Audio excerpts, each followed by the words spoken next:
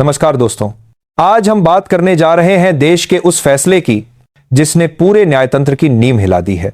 वो फैसला जो सुप्रीम कोर्ट के इतिहास में पहली बार इतनी ताकत के साथ सामने आया है। वो फैसला जिसने अदालतों में चल रहे वीआईपी खेल को तोड़ दिया है और वो फैसला जिसने यह साफ कर दिया है कि अब देश में न्याय की गाड़ी पैसे और पहुंच से नहीं बल्कि प्रक्रिया और पारदर्शिता से आगे बढ़ेगी। यह फैसला आया है देश के नए मुख्य न्यायाधीश जस्टिस सूर्यकांत के कार्यभार संभालते ही। अक्सर हमने कोर्टरूम के बाहर लंबी लंबी लाइनें देखी हैं, आम लोगों की, गरीबों की, छोटे वकीलों की और उन लोगों की जिनकी जिंदगी एक तारीख पर टिकी रहती है। लेकिन दूसरी तरफ कुछ चेहरे ऐसे होते थे जो अदालत के दरवाजे पर आते ही माहौल बदल देते थे। कोर्ट उठता है, फाइलें पीछे खिसकती हैं और एक आवाज आती है, मिलॉर्ड, एक अर्जेंट मेंशनिंग है, और बस फिर कोई केस रिकॉर्ड के ऊपर से कूदकर सीधे न्यायाधीश की टेबल पर पहुंच जाता था। यह कूदना सिर्फ केस का नहीं बल्कि कानून का कूदना था, बराबरी का कूदना था और उस भरोसे का कूदना था जो न्यायपालिका पर आम भारतीय का होता है। लेकिन अब खेल बदल चुका है। पहली बार हुआ यह है कि सुप्रीम कोर्ट ने साफ कहा है, कोई भी वकील कितना ही बड़ा क्यों ना हो, अदालत अब आपकी मौखिक मेंशनिंग पर नहीं चलेगी। कोर्ट का समय, कोर्ट का कैलेंडर और कोर्ट की प्राथमिकता अब इन्फ्लुएंस पर नहीं चलेगी, केवल नियमों पर चलेगी। और यहीं से शुरू होती है उस नए अध्याय की कहानी जिसे मैं आज आपके सामने रख रहा हूं। जब जस्टिस सूर्यकांत ने 4 बड़े सर्कुलर जारी किए तो कानूनी हलकों में सरगर्मी थी, लेकिन राजनीतिक गलियारों में बेचैनी, क्योंकि यह फैसला महंगे वकीलों और बड़े नेताओं की उस पुरानी आदत पर पत्थर की तरह गिरा है जिसके सहारे वो कभी भी कोर्ट की सीढ़ियां चढ़कर अपनी सुनवाई तय करवा लेते थे। अब खेल बंद। हमारे देश में कितने लोग जेलों में ऐसे बैठे रहते हैं जिनका अपराध सिद्ध नहीं हुआ होता, बस तारीख मिलती है, फिर दूसरी तारीख और फिर जिंदगी का एक और साल खत्म। कोर्ट की देरी आम आदमी के लिए सजा बन जाती है। लेकिन दूसरी तरफ जिनके पास पैसे हैं, जिनके पास राजनीतिक ताकत है, उनकी केस फाइलें हवा की रफ्तार से दौड़ती हैं। यही असमानता जस्टिस सूर्यकांत ने खत्म करने की ठानी है। अब से व्यक्तिगत स्वतंत्रता से जुड़े मामलों, जमानत, अग्रिम जमानत, हैबियस कॉर्पस, मौत की सजा, बेदखली और तोड़फोड़ से जुड़े केस ऑटोमेटिक लिस्ट होंगे। यानी अगर किसी का मामला सचमुच जरूरी है, अगर किसी की जिंदगी दांव पर है, तो उसे अब किसी बड़े वकील की जरूरत नहीं पड़ेगी कि वो कोर्ट में खड़े होकर बोले, मै लॉर्ड, अर्जेंट है। सिस्टम खुद उसे 2 दिन में सूचीबद्ध कर देगा। यह है न्याय का असली लोकतंत्रीकरण। यह है वह बदलाव जिसकी जरूरत हमें सालों से थी। लेकिन यह कहानी यहीं खत्म नहीं होती। असल झटका आता है उस जगह पर जहां महंगे वकील अपनी प्रतिष्ठा बनाते हैं। वो मौखिक मेंशनिंग जिसने कोर्ट को एक वीआईपी काउंटर बना दिया था, जिसमें प्रभावशाली लोग अपनी सुविधा के हिसाब से प्रवेश कर जाते थे, उसे अब बंद कर दिया गया है। अब कोई भी वरिष्ठ वकील, चाहे वह कितना ही बड़ा क्यों ना हो, आप देश के सबसे उच्च प्रोफाइल मामलों का वकील क्यों ना हो, आप अब मौखिक रूप से जज के सामने जाकर यह नहीं कह सकते कि इस केस को लेकर आइए, इसे तुरंत सुनवाई चाहिए। यह सिर्फ एक नियमों में बदलाव नहीं है, यह एक मानसिकता में बदलाव है। यह इस बात का संकेत है कि अदालतें अब किसी के नाम से प्रभावित नहीं होंगी। अब सिर्फ फाइल चलेगी, नाम नहीं। अब बात करते हैं उन लोगों की जिनकी वजह से अदालतों में सबसे ज्यादा दबाव बनता है, नेता। जब जब किसी का केस जरूरत पड़ती थी, तुरंत सुप्रीम कोर्ट या हाई कोर्ट में मेंशनिंग, तुरंत लिस्टिंग, तुरंत सुनवाई, मानो अदालतें उनकी निजी डायरी के हिसाब से चलती हों। इस पर भी ब्रेक लगा दिया गया है। राजनीतिक दलों में बेचैनी की वजह यही है क्योंकि अब न कोई आसानी से तारीख ले सकता है, न अपनी सुविधा से सुनवाई तय करा सकता है। और ध्यान रहे, यह नियम सरकार पर भी लागू है, विपक्ष पर भी और किसी भी ताकतवर व्यक्ति पर भी। अदालत ने यहां बराबरी की लाइन खींच दी है। जो एक के लिए है वही सबके लिए है। अब नेताओं को भी अपना आवेदन समय से देना होगा, अपनी वजहें बतानी होंगी, हर चीज लिखित में देनी होगी और यह सब ऑनलाइन सिस्टम में दर्ज होगा। यानी कोई छुपा छुपा खेल नहीं, न कोई बैकडोर, न कोई फोन कॉल डिप्लोमेसी। यह बदलाव न्यायपालिका के राजनीतिकरण पर सीधा वार है।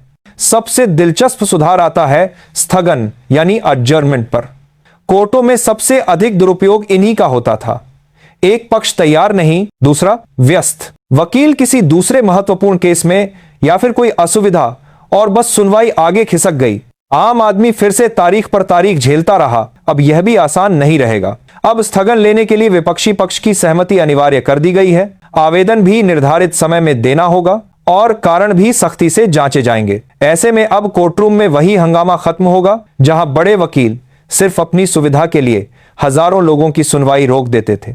अब उन्हें भी नियमों के भीतर काम करना पड़ेगा। अदालत ने एक तरह से यह साफ कर दिया है कि न्यायालय किसी एक वकील के समय से नहीं चलेगा, न्यायालय देश के संविधान से चलेगा। और यह सब मिलकर यह दर्शाता है कि नई न्यायपालिका अब तेज भी होगी, पारदर्शी भी और सबके लिए समान भी। पहली बार ऐसा महसूस हो रहा है कि देश में न्याय केवल किताबों में नहीं रहेगा, बल्कि वास्तविकता में महसूस होगा। जो लोग जेल में सालों से सिर्फ तारीख पर जिंदा हैं, उन्हें अब उम्मीद मिलेगी। जो लोग महंगे वकीलों के आगे खुद को असहाय मानते थे, उनकी आवाज अब अदालत तक पहुंचेगी। देश की अदालतें पिछले कई दशकों से एक ऐसे अनकहे नियम पर चल रही थीं, जिसे किसी ने लिखा नहीं था, पर सब समझते थे कि न्याय पाने के लिए केवल कानून काफी नहीं होता, उसके साथ एक भारी भरकम वकील, उनका नाम, उनका कद और कभी कभी उनका राजनीतिक कनेक्शन भी जरूरी होता है। यह अनलिखा नियम अब सुनामी की तरह टूट चुका है और इस सुनामी का केंद्र है जस्टिस सूर्यकांत। अब सवाल यह है कि इससे बदलेगा क्या? इसका जवाब बहुत सीधा है। जिस तरह अस्पतालों में अमीर मरीज को पहले इलाज मिलता है और गरीब लाइन में खड़ा रहता है, ठीक उसी तरह अदालतों में भी बड़े नामों के केस पहले सुने जाते थे। लेकिन जस्टिस सूर्यकांत ने साफ कर दिया है कि अब अदालतें किसी के नाम से नहीं, केवल कानून से प्रभावित होंगी। सोचिए, एक देश जहां 140 करोड़ लोग रहते हैं, वहां अदालतें अगर सिर्फ 100-150 नामों के हिसाब से चलेंगी तो बाकी जनता का क्या होगा? यही वह सवाल है जो पहली बार अदालत ने खुद उठाया है और उत्तर में यह सुधार दिए गए हैं। इस सुधार की असल खूबसूरती यह है कि इसने दो वर्गों को पहली बार बराबरी की जमीन पर खड़ा किया है। एक तरफ बड़े नेता, हाई प्रोफाइल आरोपी, करोड़ों की फीस लेने वाले वकील, और दूसरी तरफ आम नागरिक, गरीब, किसान, मजदूर, छोटे व्यापारी और वे लोग जिनकी जिंदगी किसी तारीख के भरोसे चलती है। सुप्रीम कोर्ट ने कहा है कि अब दोनों एक लाइन में खड़े होंगे, कोई आगे कूद नहीं सकता। मुझे याद है कि कई बार कोर्ट के बाहर वीडियो वायरल हुए हैं जहां वरिष्ठ वकीलों की एक भीड़ सुबह सुबह कोर्टरूम में सिर्फ इसीलिए पहुंचती थी ताकि मेंशनिंग के समय उनका नंबर आगे आ जाए। यह पूरी प्रक्रिया एक शक्तिशाली लोगों के लिए फास्ट ट्रैक जस्टिस जैसी थी, लेकिन अब यह सिस्टम खत्म हो चुका है। अब न्याय का फास्ट लेन सिर्फ उन मामलों को मिलेगी जिनकी जरूरत वाकई अत्यावश्यक है, ना कि उन लोगों को जिनकी जेबें भारी हैं। यह सिर्फ सुधार नहीं, यह है एक क्रांति है। अदालत के इस फैसले ने वाईपी जस्टिस मॉडल को खत्म करके इक्वल जस्टिस मॉडल को जन्म दिया है। यह बदलाव जितना बड़ा है, शायद उसकी गूंज आने वाले सालों तक सुनाई देगी। अब बात करते हैं इस सुधार के सबसे बड़े असर की।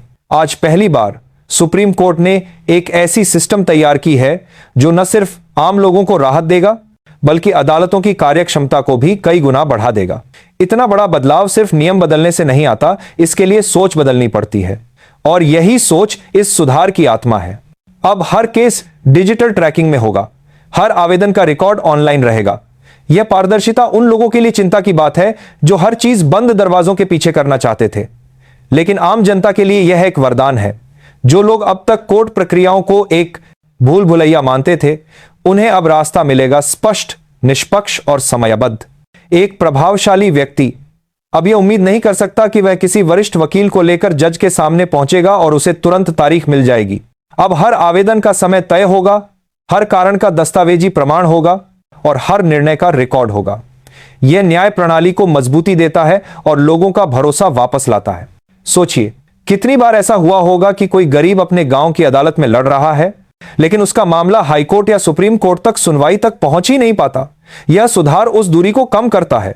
वह कहता है न्याय सिर्फ अमीरों का अधिकार नहीं है, न्याय सबका है, और यह भाव ही एक लोकतंत्र की नींव है।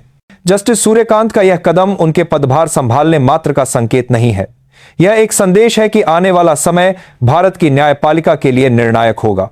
यहां से शुरुआत है एक ऐसी यात्रा की जो शायद अगले कई सालों तक न्याय को नई दिशा देगी।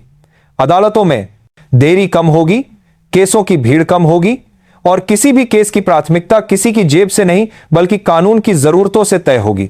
और अंत में यह सुधार एक ऐसी उम्मीद पैदा करता है कि अब वह भारत बनेगा जहां अदालतों की दहलीज पर खड़ा हर इंसान यह भरोसा लेकर जाएगा कि उसे भी वही सुनवाई मिलेगी जो किसी वीआईपी को मिलती है। यही समानता, यही पारदर्शिता और यही न्याय नई सुप्रीम कोर्ट की पहचान बनने जा रही है। नमस्कार।